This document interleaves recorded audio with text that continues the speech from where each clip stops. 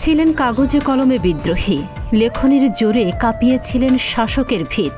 তিনি প্রশ্ন ছুড়ে দিয়েছিলেন, কইরে কইরে স্বৈরাচারী বৈরী এই বাংলায়। ১২৬ বছর পরেও যার কলম স্বৈরশক্তির জন্য এক অমোঘ আতঙ্ক।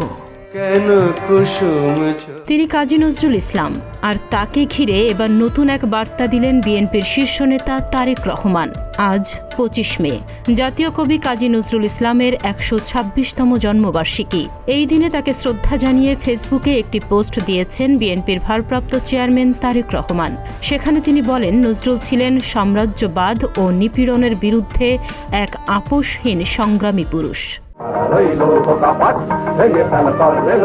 তিনি শুধু কবি নন, ছিলেন এক সাহসী সাংবাদিক, চলচ্চিত্র নির্মাতা ও সঙ্গীতজ্ঞ। তারেক রহমান আরও লেখেন, ঔপনিবেশিক শাসকের রোষানলেও নজরুল থেমে যাননি, বরং অন্যায় অবিচারের বিরুদ্ধে সাহসী কণ্ঠস্বর হয়েই উঠেছিলেন। তারেক রহমানের মতে নজরুল ইসলামের সাহিত্যিক জীবনের প্রাচুর্য তুলনাহীন, আর তার লেখনী চিরকাল স্বৈরাচারের বিরুদ্ধে এক সতর্ক বার্তা হয়ে থাকবে। তিনি আরও বলেন, উপমহাদেশের স্বাধীনতার ইতিহাসে নজরুলই ছিলেন প্রথম বলিষ্ঠ কণ্ঠস্বর।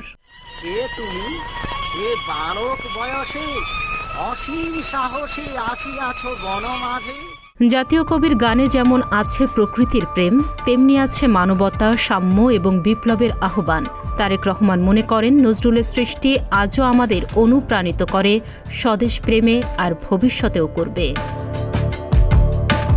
১২৬ বছর পেরিয়ে গেলেও বিদ্রোহী নজরুল যেন আজও সময়ের দর্পণে এক জীবন্ত প্রতিরোধের নাম। ডেস্ক রিপোর্ট, প্রতিদিনের বাংলাদেশ।